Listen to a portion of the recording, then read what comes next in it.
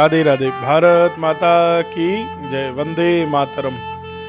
अपने शास्त्रों में तो जननी को जितना महत्व दिया गया उतना ही जन्मभूमि को दिया गया है। और स्वर्ग का अर्थ जो कहते हैं स्वर्गात अभी गरीयसी, यहाँ स्वर्ग से नहीं है, यहाँ तो स्वे स्वर्गे गीयते बैकुंठ से अर्थ है। तो यहाँ बैकुंठ से भी बढ़कर महिमा बताई है अपनी इस भारत भूमि की। अकेली भूमि है भारत भूमि जिसकी महिमा समस्त पुराणों में गाई गई है। श्री भागवत हो या शिष्य महापुराण हो। धन्यास्तुते भारत भूमि भागे, जहां के लिए बड़े बड़े देवता भी तरसते हैं, जहां के लिए इंद्र आदि भी आकांक्षा करते हैं। और इसी ब्रज भूमि में वो ब्रज मंडल है, वो हरिद्वार है, वो अयोध्या है, वो काशी है, वो हमारे तीर्थ स्थल है, जहां ब्रह्मा जी और उद्धव जी भी जन्म लेने की और वास करने की आकांक्षा रखते हैं। ब्रह्मलोक से भी श्रेयस्कर है, त्रिलोकी से भी श्रेयस्कर है। और ऐसी भारत माता को हम लोग अपने हृदय में जो बसाए हुए हैं, उसमें प्रेम, स्नेह और सद्भाव का ही रंग हो सकता है। यहाँ आप देखें तो श्वेत रंग जो है ये शांति का प्रतीक है, ये जो केसरिया रंग है ये ऊर्जा का प्रतीक है, अग्नि का प्रतीक है। और साथ ही साथ जो हरा रंग है ये नेत्रों को परम शांति देता है। चारों ओर हरियाली हो, प्रकृति से हम लोग दूर हो रहे हैं। हर घर घर तिरंगा की जो मुहिम चल रही है इस समय, मैं सबसे कहूँगा सबको जुड़ना चाहिए। और एक दिन के लिए नहीं, कई दिनों के लिए आह्वान किया जा रहा है। कम से कम 3 दिन, 13 से 15 अगस्त तक तो सबको अपने घर में तिरंगा लगाना है। लेकिन एक निवेदन मेरा अवश्य है, उसको झुका हुआ नहीं लगाएं, उसको टेढ़ा नहीं लगाएं, क्योंकि वो राष्ट्रीय शोक के समय लगाया जाता है। और उसकी मर्यादा बनाई रखें। सायंकालीन बेला में समय से जब सूर्यास्त हो तो उसको उतार के रख लेना चाहिए। वैसे 5 बजे का नियम है, ये अवश्य ध्यान रखना चाहिए कहीं हम लोग उस मर्यादा को भूल नहीं जाएं। और साथ ही साथ ये हर घर घर तिरंगा जो है ना, ये 15 अगस्त के बाद हम इसको कहीं फेंक नहीं दें, हम इसको भूल नहीं जाएं। हमको 3 संदेश लेने हैं। अपने देश में भी शांति रहे और पूरे विश्व में शांति रहे।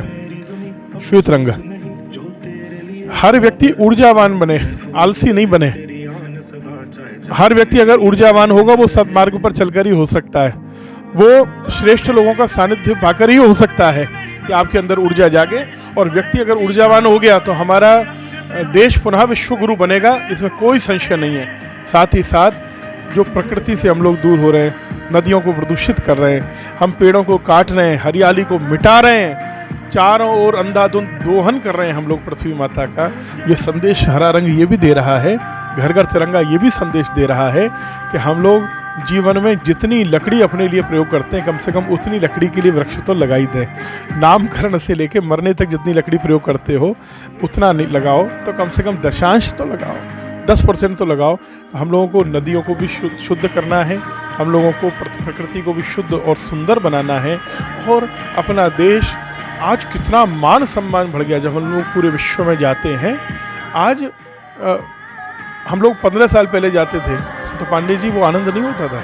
15 साल पहले लोग भारत को सपेरों का देश कहते थे ओझाओं का देश है, जड़ी बूटियों को जो लोग प्रयोग करते हैं उनका देश है। आज वो लोग कहते हैं जड़ी बूटियों को प्रयोग करते हैं, शुद्ध जड़ी बूटियों को। आज वो लोग कहते हैं कि भारत विश्व गुरु है, भारत तो मातृ रूप में है और भारत पूरे विश्व को जो दिव्य संदेश दे रहा है। हमारे आदरणीय प्रधानमंत्री श्री नरेंद्र मोदी जी के नेतृत्व में ये संभव हुआ है।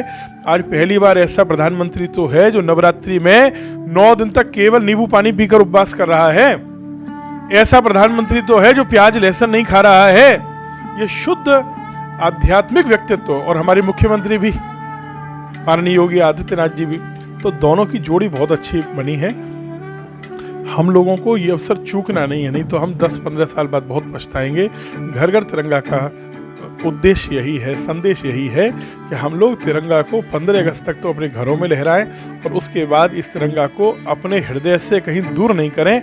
इस देश प्रेम की भावना को जगाएं।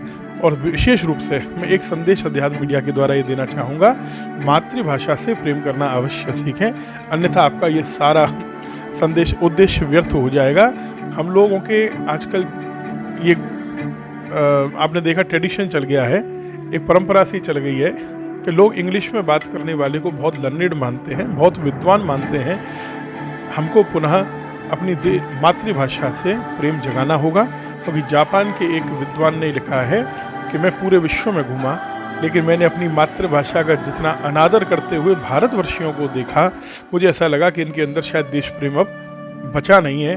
तो ये 3 दिन का देश प्रेम नहीं हो, ये लगातार देश प्रेम बना रहे।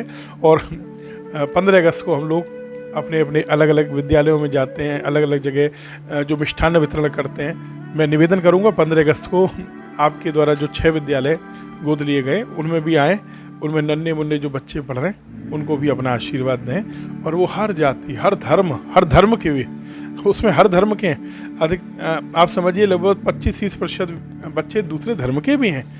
लोग ऐसा नहीं माने कि हम लोग कहीं किसी धर्म से विरोध में हैं, किसी जाति के विरोध में हैं। अधिकांश बच्चे जिनको आप लोग छूते नहीं हो, हम लोग उनको छूते हैं, उनको राधा कृष्ण का स्वरूप धारण कराते हैं। तो यहाँ हर व्यक्ति भारतीय है। पहले भारतीयता की भावना जगनी चाहिए। मातरम वंदे, वंदे मातरम, माता को प्रणाम करने की भावना जगे।